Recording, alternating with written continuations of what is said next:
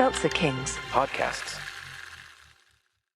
ChatGPT Plus is free for college students through May. Here's the thing. You've got a lot to do between now and then. Studying for finals, writing papers, trying to keep your life on track. And ChatGPT can help with all of it. It can quiz you for your econ exam, make a study guide from your French notes, plan out your meals and study breaks. It can get really specific on how you like to learn. It can even help you come up with ways to stop procrastinating. So from now until summer break, take advantage of all the ways ChatGPT can make your life easier. Restrictions apply. Oh no, Gavin, my personality sorter is super accurate. I get drunk, and then I tell you what I think about you. Yeah. Ass. The following podcast contains... You used to be a kind, loving man, and now you're a foul-mouthed monster. explicit language.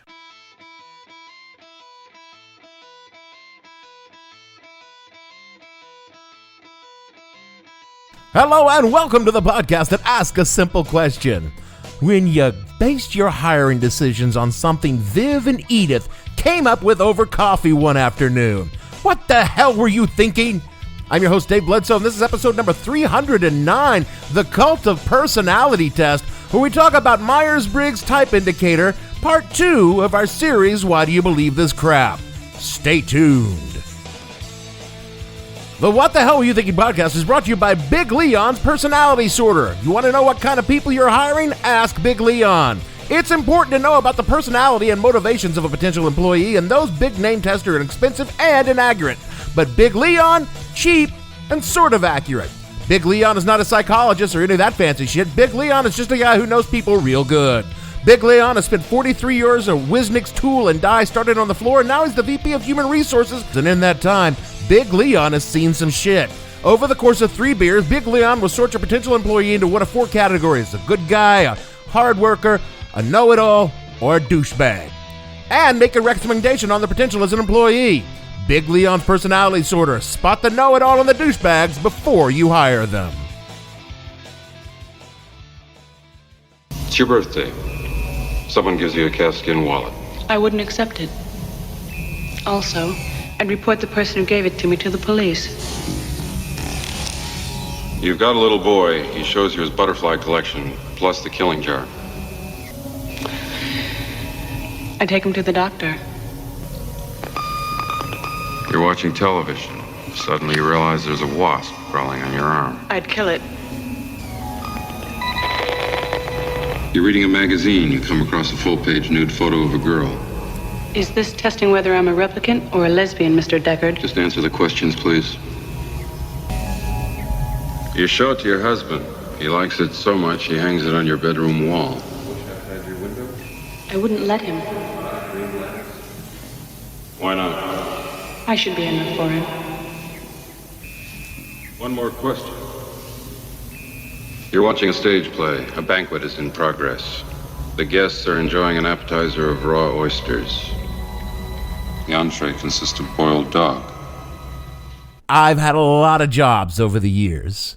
Some of them were good, some of them were terrible, some of them I quit, and some of them... A guy would come around to my desk and say, "Get the fuck out of here!" Naturally, having all those jobs like I had, I'm deeply experienced in the hiring process. Resumes, applications, interviews, piss testing, giving the hiring manager a handy in the dollar store bathroom. I'm sorry, what? You know, the usual stuff. And in all those years of seeking low-wage work, debasing myself for corporate America and Vernon and a Dalton, Georgia dollar store, I think the most degrading moment I ever experienced was applying for a job at a Home Depot. Of course, stands to reason. I was working as a store detective in a Walmart, which is just as awful as it sounds, and a friend of mine told me about a job doing the same thing at a Home Depot. Now, shoplifters in a Walmart can be difficult to spot. A lot of high-dollar items are small and easy to hide, but I figured in a Home Depot it would be easy. I mean, no one is slipping a belt sander into their boxer shorts and walking out the door. You would think so, but no. Anyway, as part of the hiring process, I was put in front of a computer and administered a series of tests to see what kind of employee I might be. Now, you might imagine that it being a Home Depot, these tests would involve tools or some kind of shit about wood, but no! I was given a personality test. I guess it was really important for Home Depot to know if the guy they were hiring to stop a 300-pound man with a power saw in his crotch is a creative extrovert with an openness to new ideas. I was just looking for the right person for the job.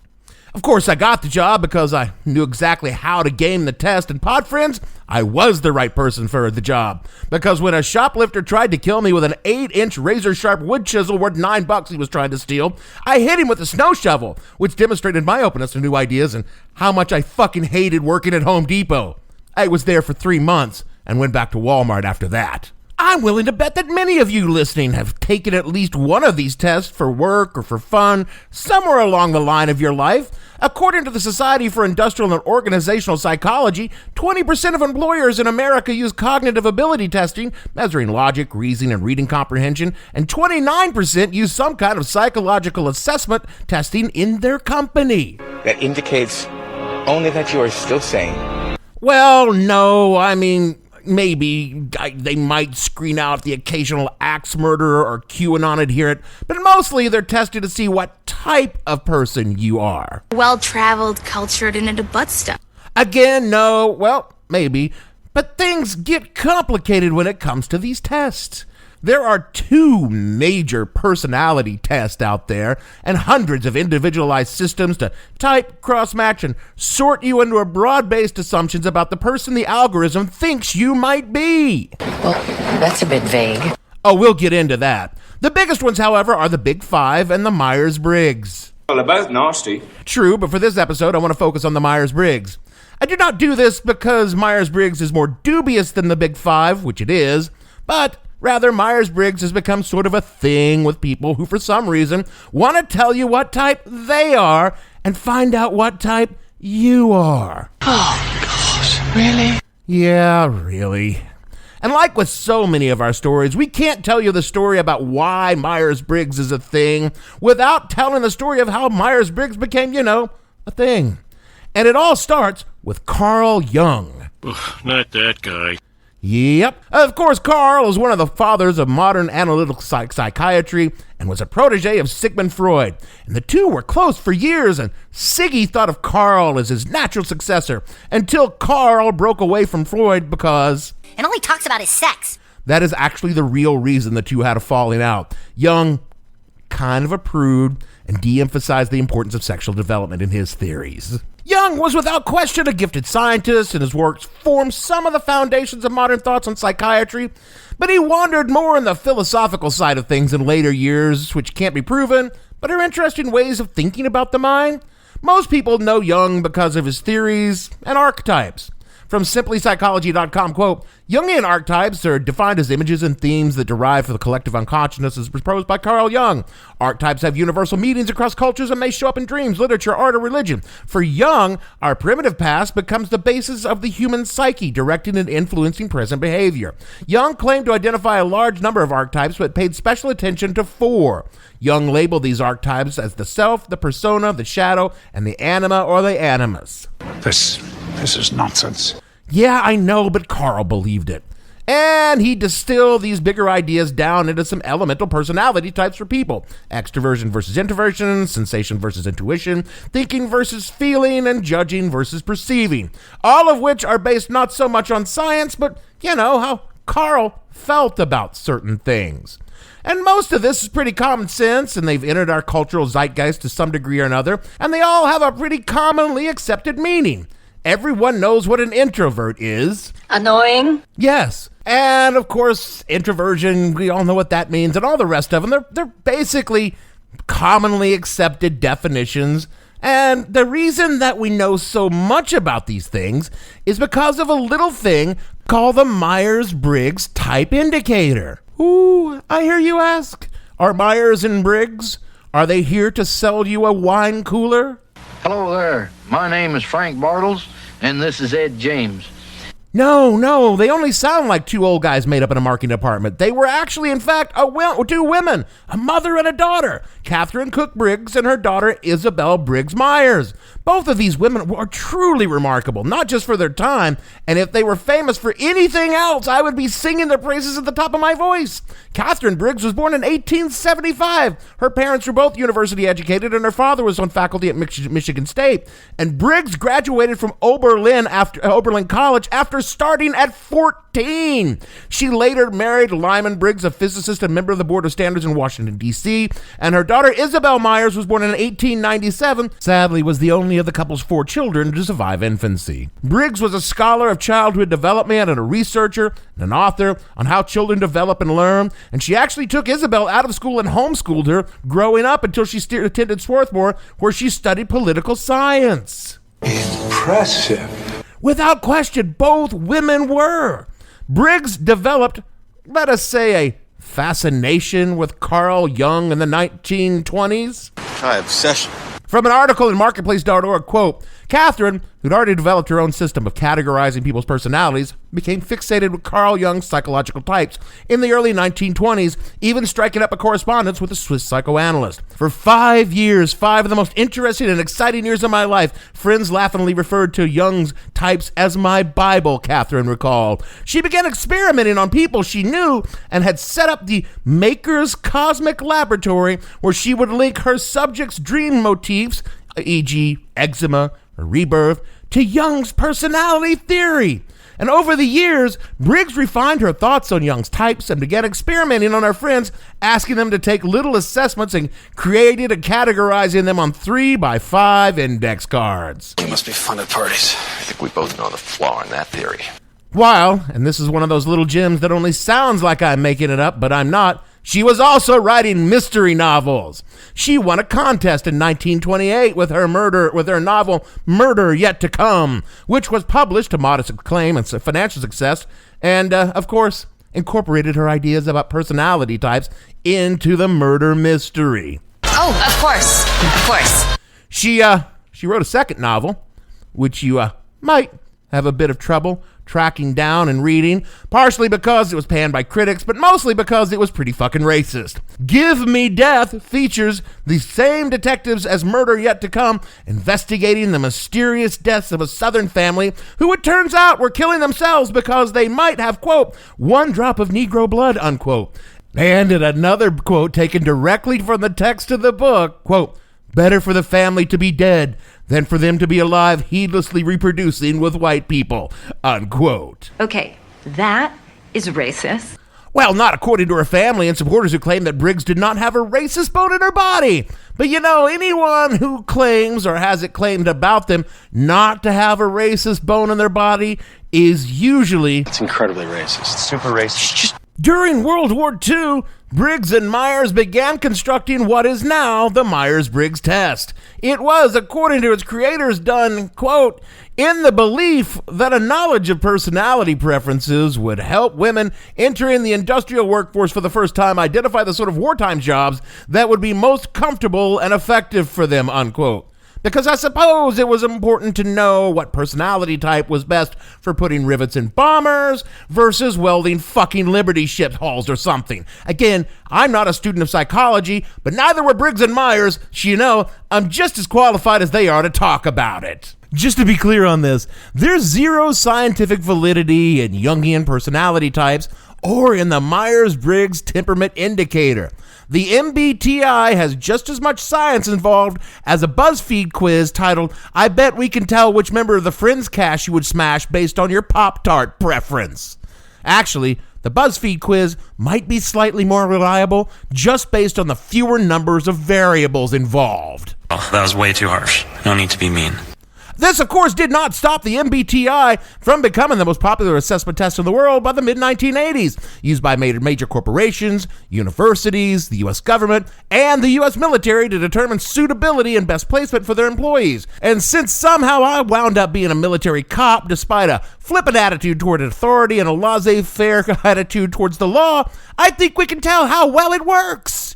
And now you may think you have taken an MBTI, but most of you have only taken a knockoff or a stripped-down version on the internet unless you've taken it professionally. Why?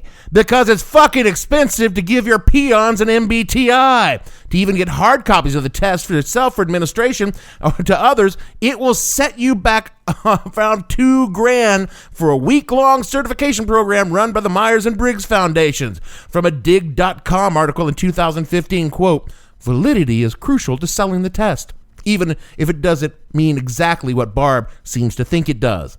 After the certification session is over, the participants will return to work with a 5x7 diploma and a brass MBTI pin and a stack of promotional materials that they are encouraged to use to persuade their clients or colleagues to take the MBTI assessment. Each test costs $49.95 per person, more if you want a full breakdown of your type, and even more if you want an MBTI certified consultant to debrief your type with you. No one questions the sheer ingenuity of this sales scheme. We're paying $1,695 to attend the course that authorizes us to recruit others to buy a product which tells us nothing more than what we already knew about ourselves, unquote. Sounds like a big scam. Like a pyramid-shaped scam.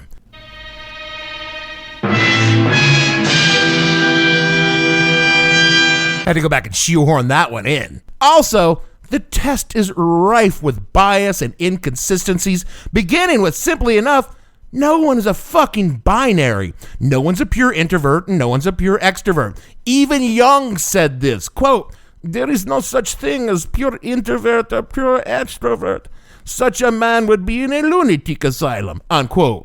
Although, with the rise of multi-level marketing, I'm seeing how pure extroverts that should be in asylums are out there in the real world. Additionally, from an article on Vox.com, quote, there's also another related problem with these limited choices. Look at the chart above and you'll notice those words like selfish, lazy, or mean don't appear anywhere. No matter what type you're assigned, you get a flattering description of yourself as a thinker, performer, or nurturer. This isn't a test designed to accurately categorize people, but rather a test to make them feel happy after taking it. This is one of the reasons it's persisted for so many years in the corporate world after being disregarded by psychologists, unquote. It's the same thing we were talking about in astrology. The test doesn't tell you who you are, it describes who you would like to be. Try taking even a fake MBTI online and answer the questions in the most negative fashion you can imagine, and you will still get a result blowing sunshine and roses up your ass, even when you answer the questions like you were Ted Bundy on a Tinder profile. Also, anyone that lists their MBTI on their Tinder profile should be regarded in the same manner as Ted Bundy. Not to mention how even if you are not trying to game the test, your results shift over time. Again, from that Vox article, quote, theoretically, people might still get value out of the Myers Briggs if it accurately indicated which end of the spectrum they were closest to for any given category. But the problem with that is the idea that the fact that a test is notoriously inconsistent. Research has found that as many as 50% of the people arrive at different results the second time they take a test, even if it's just 5 weeks later. That's because the traits it aims to measure aren't the ones that are consistently different among people. Most of us vary in these traits over time, depending on our mood. When we take the test, for instance, we may or may not think that we sympathize with people, but the text simply tells us whether we are thinking or feeling based on how we answered a handful of binary questions with no room in between, unquote. If I'm feeling peppy and well-disposed towards humanity when I take the test, I'll get one result. If, for example, I have been interacting with other human beings and see how fucking stupid they are, I will get a different one. That isn't science. That's a fucking mood ring. And this entire test is nothing more than pseudoscience mumbo-jumbo designed to make people feel good about themselves, and oh, boy, does it ever. Oddly enough, it fills the same space as astrology for people who think astrology is just a little too woo-woo for them. Many of them from the same generation, oddly enough. Gen Xers spent our lives trying to escape being labeled and categorized, and our successor generation is busy doing it to themselves. We can only hope Gen Z does better. And don't bother to try and search for a good article on all this. All you will get is piles and piles of shit trying to get you to spend $50 on an MBTI or some knockoff. Trust me, I did the research. But boy, you spend some time on YouTube and you will see the Myers bullshit in action. Welcome to the Personality Typing Summit, a free online event featuring a wide range of personality and profiling experts, sharing wisdom and practices to reveal your unique gifts, patterns, and life path. Share this event with your friends and family, and come join us on Facebook at The Shift Network. And now your host, Ben Hart. Good God, these huckstering fuckters blather on about their INF fuck me's or ENT jerk me offs. Oh, and how you could center your chakras or some other bullshit, selling their seminars and workbooks on how to understand your personality with their help. You might as well just head on down to the Scientology Center and strap yourself to a fucking E-meter. And God help you if you point out how none of this is actually based in science. I was in a genuine meeting a couple of years ago at my very real, very well-paying good job that I don't talk about on this podcast when they had some hack come in to administer some variant of the vapid nonsense. And when I pointed out how I could be back at my desk taking a BuzzFeed quiz on how my favorite Taylor Swift song could explain my inner soul, they got all pissy about it.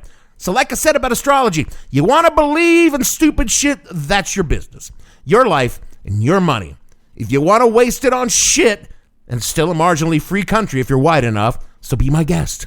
But don't expect me not to mention, if you bring it up, that this stupid shit that you believe in is the equivalent of gnomes in your underwear drawer whiting out your skid marks. Or that someone is making money off you being stupid, and maybe that ought to be illegal. But if we did that, if we outlawed making money off morons, America would fall the fuck apart. The economy would just fall the fuck apart overnight. I mean, the lotto, right off the bat, straight up. And my favorite liquor store makes as much off the lotto as it does my booze purchases, and I like those people, and I'd very much like them to be around. But you know what? Herein lies the rub. This shit is taken seriously by corporations and employers, and it impacts you directly. Like Home Depot, many of the biggest employers in the country use personality testing, largely based on core concepts of the Myers Briggs in their hiring. Citigroup, ExxonMobil, Ford, Procter & Gamble, JP Morgan, Deloitte, Kroger, Facebook, Google all use some form of psychometric testing during their hiring process. From an article on TheEconomist.com, quote, Anthony Abatiello, who leads the global leadership and succession at Russell Reynolds Associate, is in favor of personality tests. Personality tests can offer objective and scientifically valid explanations of individuals' thinking style and behavioral tendencies, values, and motivations, he says. They are also useful to better understand existing employees who are being considered for a different role or as part of an ongoing internal development program. But he says it's important to select the right type of testing and to ensure that people interpreting the results are appropriately trained, unquote. And these tests are big money for the people who make these tests. Forbes said that in 2020, the industry was worth about $2 billion. That's a shitload of money. Many of the companies make claims, unsubstantiated claims, that their tests are based on research. But when you start digging around to find the research, it's all entirely paid for by the test creators, and they stonewall any attempt for non-biased researchers to access their data because it's proprietary copyright information. Which, okay, yeah, true, but also real fucking convenient when you don't want people seeing how your sausage is made and how many roaches and rats are dropping into the grinder. And what is undeniably worse, these tests are inherently flawed from the inception because they are all written by rich white dudes for rich white dudes and full of rich white dude bias. The algorithm is racist. It doesn't mean to be racist. It's not like the algorithm wears a red hat and shouts at you for wearing a mask in the Food King. It's subtly racist by filtering your responses through the preconceptions and biases of a white dude who wrote the algorithm. No one's saying they're intentionally screening out people of color or those with psychological issues. It just sort of sorts them out because they don't fit neatly into the binary world of the test creator. And when the test maker wrote a novel where white people committed suicide because they thought they had one drop of black blood in them, you're talking about a built-in bias right in the foundation. So not only are the tests based on underpants gnomes, but the underpants gnomes sometimes slip out and burn a cross on the living room rug. And that shit should definitely be illegal. No one should ever have to take some bullshit quiz to determine their eligibility for a fucking job. Before it was made against the law, lie detectors, another entirely bullshit test, used to be routine even to get a fucking job as a goddamn gas station attendant. It's the same thing, only with inherent bias thrown in for funsies. Although, considering that all the people administering the polygraphs were fucking white guys, yeah, okay, there was inherent bias there. And it's not like you can say no when you're applying for a job. You gotta work, so you gotta take this bullshit test, and then you're just gonna lie on it. Everyone knows you have to lie on them, which makes an already wildly inaccurate test that much more so because you're going to game the test to make it seem like you're a gregarious introvert who's great at problem solving and is super fun at the office karaoke party, when you know damn well you can't sing Careless Whisper for shit, Jennifer. You're a surly, hidebound bore who's tone deaf and has a singing voice like a weasel trapped in a lawnmower.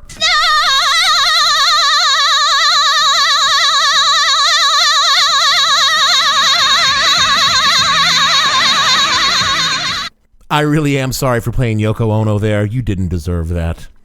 Now, I went ahead and took the test, and I answered them honestly.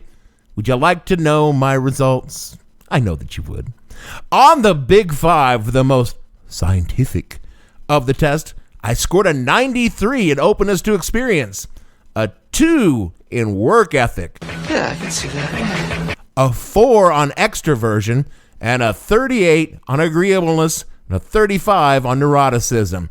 Meaning, say you were looking at my test and evaluating me, you might say that I, scoring so high in openness to experience, am imaginative, open-minded, experimental, prefers creative conceptual problem solving, and that me, scoring so low in work ethic, that I'm, spontaneous or disorganized, or I prefer my plans flexible and dislike precise details.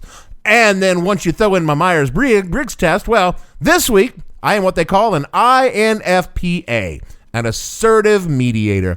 This means I'm empathic, brutally honest, a soul in search of a calling, generous, open-minded, creative, compassionate, and idealistic. But my weaknesses are I can sometimes be unrealistic, I can be a little self-isolating, a little unfocused and emotionally vulnerable, self-critical, but I am so desperate to please. Oh, yeah, that's me, all right. All of this bullshit is just stuff you want to hear about yourself. Even the negatives are designed to make you feel good about yourself. You want to know the real you, the one that matters most in relationships, be they your work environment or your romantic relationships? Ask someone close to you to be brutally honest, just like this. Hey, Gavin. You want to weigh in with your opinions of my personality, say maybe my strengths and my weaknesses? You are a gaping asshole. Harsh, but fair. And according to my Myers Briggs, I may be a gaping asshole, but I'm an emotionally vulnerable one that's desperate to please. Parents of tweens, if you're familiar with far-off drop-offs... Dad, stop, right here. Or get DMs about what's for dinner, you may be experiencing tween milestones. For your son or daughter, these can start at age 9. HPV vaccination, a type of cancer prevention against certain HPV-related cancers, can start then too. For most, HPV clears on its own. But for those who don't clear the virus, it can cause certain cancers later in life. Embrace this phase. Help protect them in the next. Ask their doctor today about HPV vaccination. Brought to you by Merck. Fellas, you know Degree Cool Rush deodorant, right? Well, last year they changed the formula, and guys were mad about it. One dude even started a petition. So guess what? Degree heard us, admitted they messed up, and brought the original Cool Rush scent back exactly how it was. And it's in Walmart, Target, and other stores now for under $4. So grab some and remember why its cool, crisp, and fresh scent made it the #1 men's antiperspirant for the last decade. Degree Cool Rush is back, and it smells like victory for all of us. That is it for our show this week. If you thought it was a touch harsh with Myers Briggs, wait into the finale of Why Do You Believe This Crap when I take on an assessment so fucking woo-woo, it literally involves Indian yogis and ancient mystical secrets. So naturally, it's the most popular thing going, and so accurate, it will frighten you. Meaning again, it's just saying some nice shit you want to believe about yourself.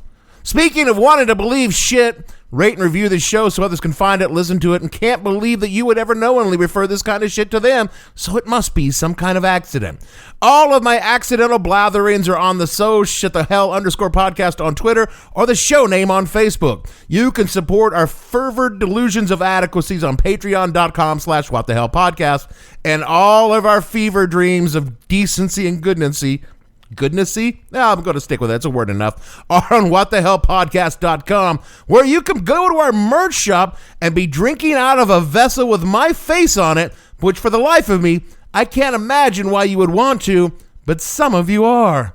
We are a proud member of the Seltzer Kings Podcast Network, who have my face on many things for sale, but find them disturbing to look at, so they hide them in a closet.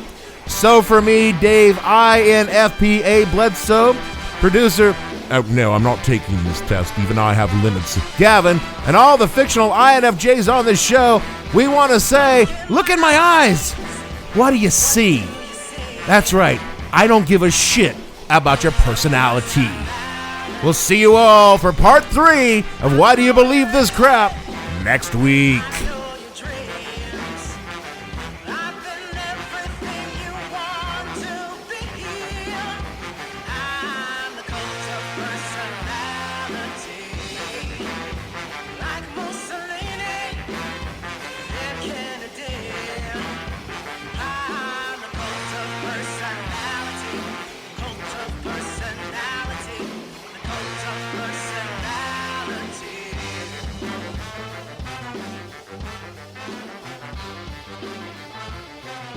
What the Hell Were You Thinking stars Dave Bledsoe and features Gavin St. James and several fictional minions.